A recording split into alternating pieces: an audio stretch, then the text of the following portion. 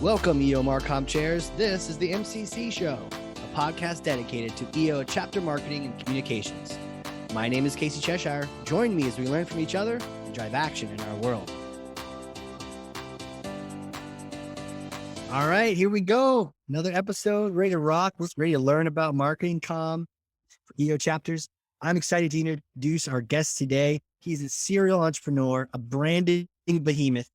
He has been an EOMCC chair for multiple years, officially 2, maybe even 3, lots of years. And I have to say, I've experienced his improvement that he brought to the chapter when he did EO Boston MarCom Chair.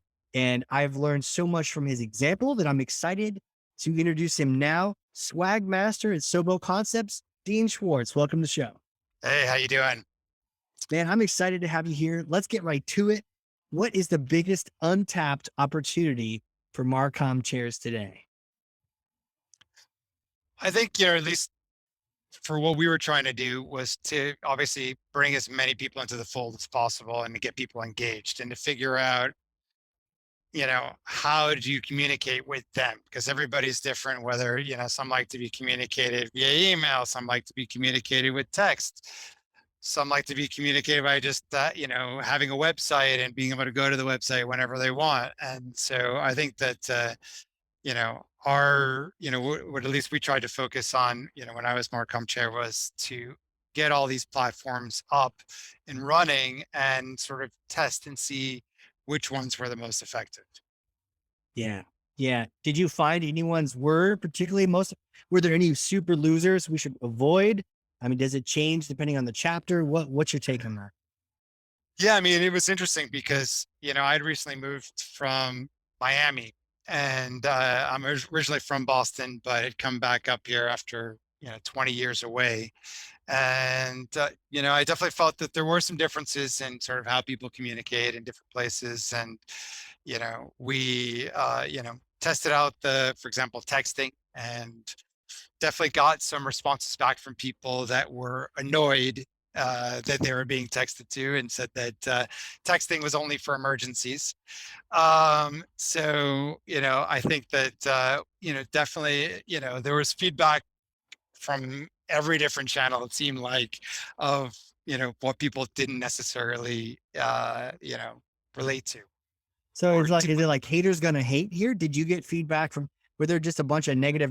I'm Boston, it's cold in winter, right? So did you find that some chapters were all about a particular channel and then you try to move to another one and it's like just falls flat?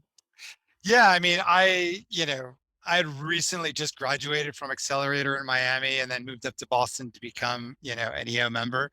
And so I can't necessarily say I wasn't involved in sort of the MarCom part of it, in other places. I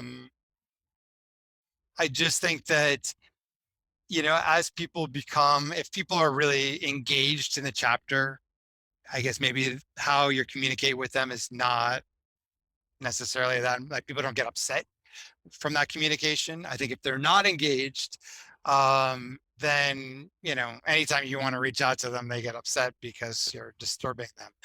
So, I think that, definitely the Boston chapter has undergone a lot of changes in its members, over the years. And I think that there was, some old time members, at the time that were sort of set in their ways. And I think the young blood that's moving in, and I think,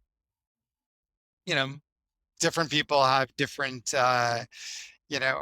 or accustomed to be communicated with in different ways. Like, new generations, texting is everything, and that's how everybody communicates. And, other generations, it was pick up the phone and remind me that there's an event or whatever it is. So I think that was probably one of the biggest challenges, just trying to sort of navigate that and figure out what worked best. Yeah. And that's a great tie into the next question, which is what was the biggest challenge? And if it was this, how did you approach it? How did you find any ways? How do you balance 2 different audience sets in the same chapter? Yeah, I mean, I think that,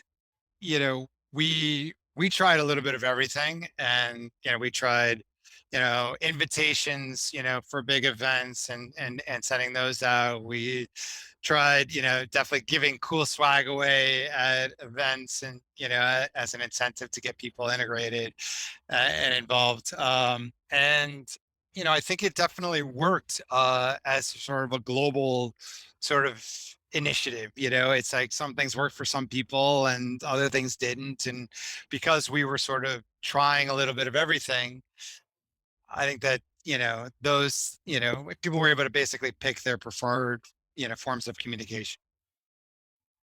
Okay, so almost like give them a chance to pick their own adventure, choose.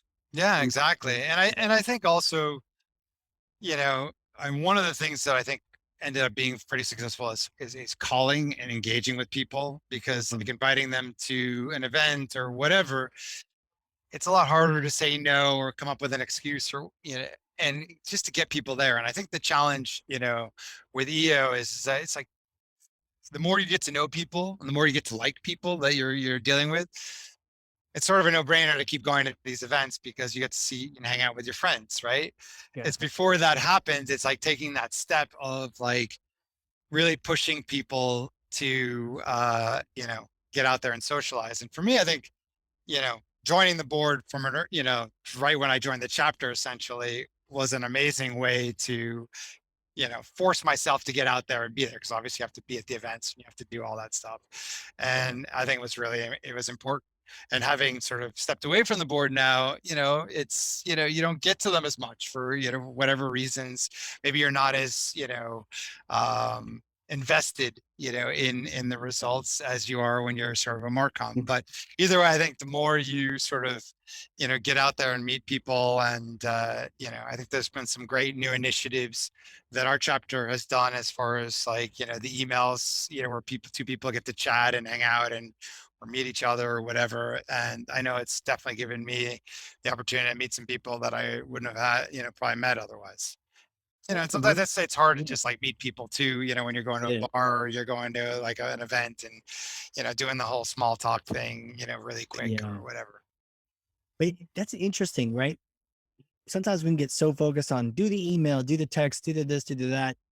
What you're saying here is that there's this underlying value, especially if we're trying to drive people to events. And that's one of my passions. Is like, there's been some great events that people haven't gone to, that the emails weren't good for because they just weren't. And it's like, "Ah, I wish more people went to this. It would have really helped them."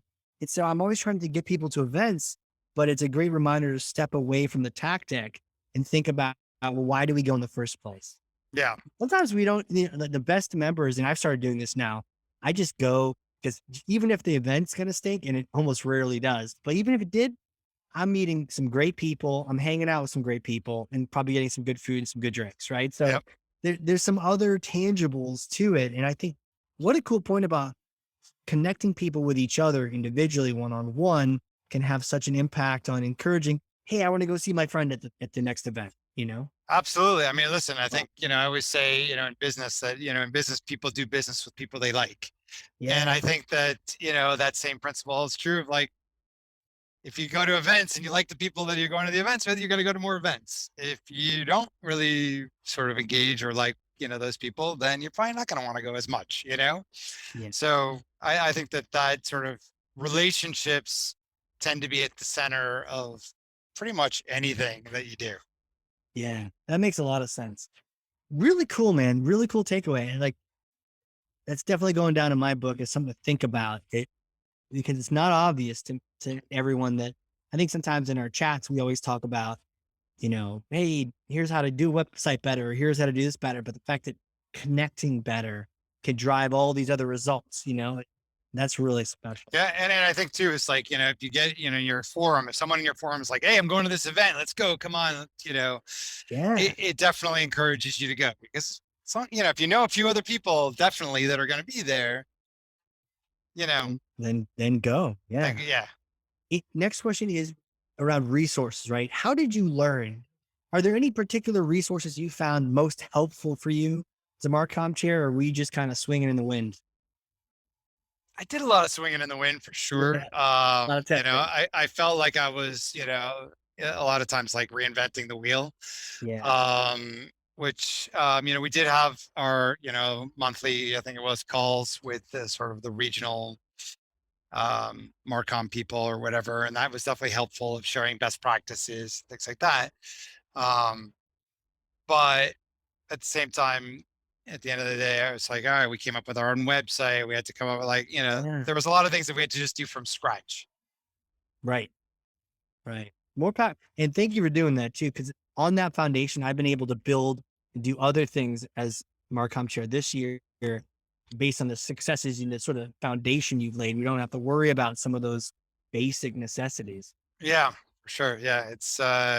I think that once you have that and you can have sort of the communication channels sort of like easy to do, because you can spend so much time just sort of developing sort of the basics that you don't really have time for anything else.